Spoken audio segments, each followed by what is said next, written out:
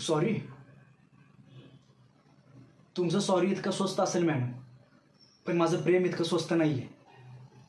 एक प्रसंग सांगा तुम्ही, कधी मी तुमच्याशी खोटं बोललो मॅडम? एक प्रसंग सांगा.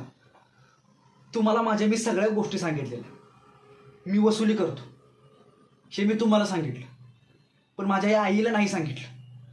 माझ्या आईला का नाही सांगितलं हेही मी तुम्हाला सांगितलं.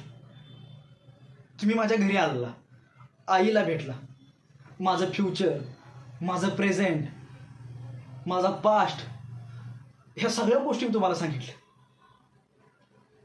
तुम्हाला इंदिरा आणि इंद्रजित साळगावकर ह्या दोन्ही व्यक्ती सांगितल्या. तुम्ही माझ्याशी खोटं का बोलला मॅडम?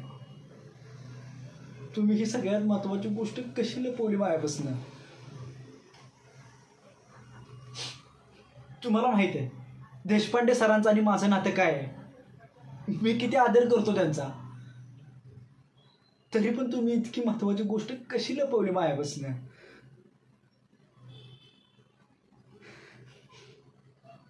महत्वाची म्हणजे तुम्ही देशपांडे सरांच्या मुलगी आहात ही गोष्ट कशी काय लपवली माझ्यापासून?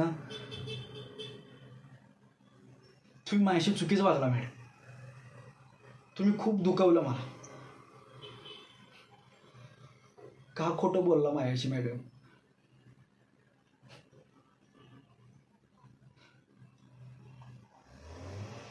खोट्यापासून सुरू झालेलं नातं कसं पुढे टिकणार आहे? आणि तुम्हाला जी भीती वाटली ना मी सोडून जाईन, ती योग्य आहे.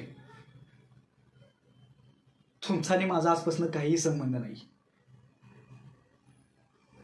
कारण मला खोटी बोलणारी लोक नाहीत आवडत.